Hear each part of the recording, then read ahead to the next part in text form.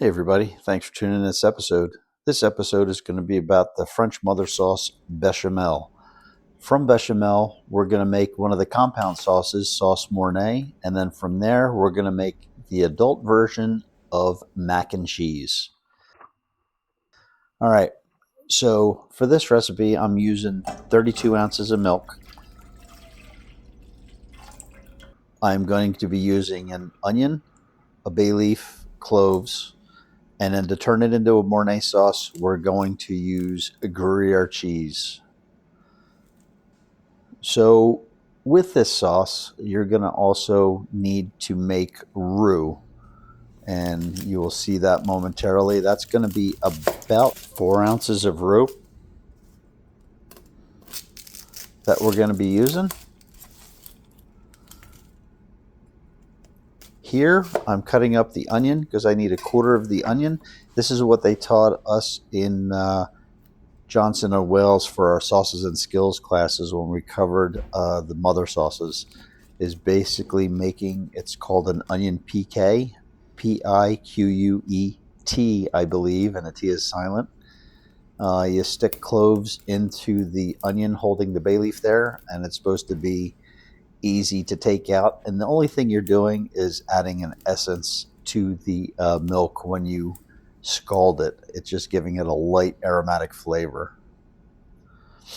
So the next step is going to be, I'm going to scald the milk, bring it up to temperature before I add the roux. So I'm getting that done while I'm making the roux. You'll see me use 6 tablespoons of butter, and I'm going to mix it with the equal portion of flour. Basically, if you want to do the flour by eye, it's how I do it. You want it to be anywhere from a very heavy peanut butter consistency to clumpy. It'll all work. And here I'm on the really thick side. I made more than I needed. I just have the rest of it in my refrigerator. So after you make your roux, you're going to want to temper it into your sauce. So which means you don't want to take the roux and put it right into the sauce. You want to take your hot sauce and put it into the roux to make it smoother, take out clumps, because otherwise it'll turn into more like a dumpling. So you're going to see me pull out the excess roux that I don't need. I'm going to add the milk to the roux and stir it till it's a nice creamy consistency. And then I'm going to take pieces of that. I'm going to add it in slowly into the scalding hot milk. I took out the PK just because it makes it easier to stir.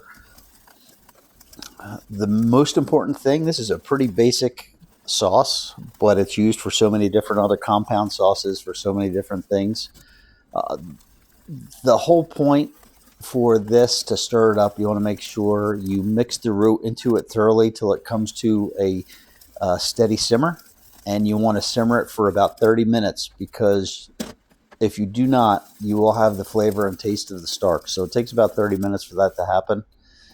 And when it's done and the proper thickness, it should coat the back of a spoon, and you'll see me test that shortly. Just like that. It shouldn't drip onto itself, and it should hold its place on the spoon. So I make my bechamel a little bit thicker because I like to add cream into it when I do different sauces.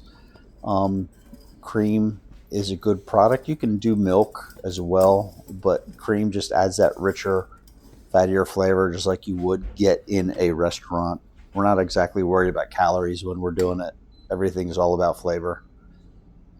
And as you know, flavor is in fat. So my bechamel sauce simmered for 30 minutes. I'm taking out the onion piquet now. And what I'm going to do is what all French sauces are done. Everything is strained through a chinois. This is a chinois I bought myself. I've brought it to many different restaurants. I bought this back when I first started after 3 years in, realizing this is what I wanted to do. This chinois back in the late 80s, early 90s, I think, was about 150 bucks. And this has traveled with me everywhere I've gone commercially. And you can see what a difference. You can see the gloss. You can see the shine. I don't know what It is, but it's just amazing how it strains through and just makes the sauce that much better. Do you have to do it? No, but that's what I was trained to do, and that's uh, it's just it's habit. All right, so now we're going from bechamel. That's it for the bechamel sauce. You can use it there, use it for fish, you can use it for chicken. You can take from that and go to a compound sauce, which is the next one we're doing, which is a Mornay sauce. A lot of the gratin or au gratins, as we'd say in America, the French would use Gruyere cheese. You can use other cheese if you want, but it's sharp. It melts well into the sauce. Right there, you see I cut off the rind. You can use it, but it has a bitter flavor and it will not melt. So you can grate it, but you just would rather skip it. And I've never used it. I've eaten it before to taste it to see what it does, but it would be coarse and chunky through your sauce. Would not be pleasant. It definitely give it a unique taste, but you want the middle of the Gruyere.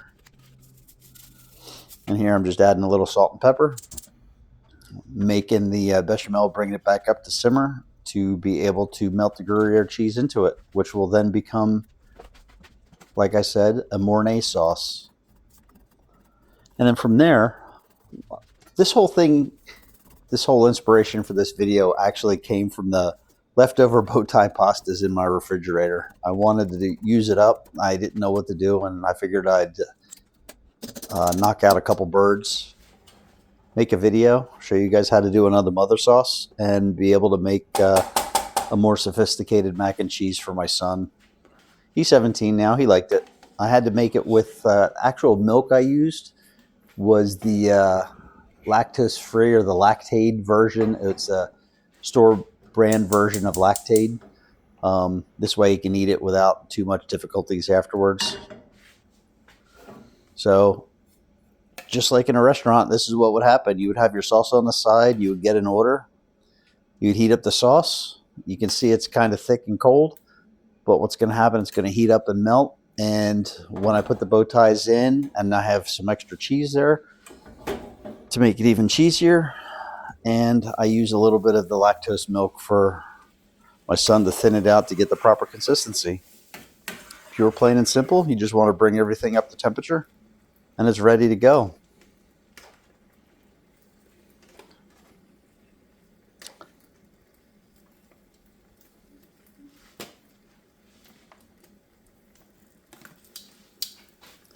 I had some extra parsley on hand. I've been doing a lot of Mediterranean diet, so I just went back to the old school garnish from the 90s, I guess from the 80s as well, as chopped parsley at the end. Kind of funny.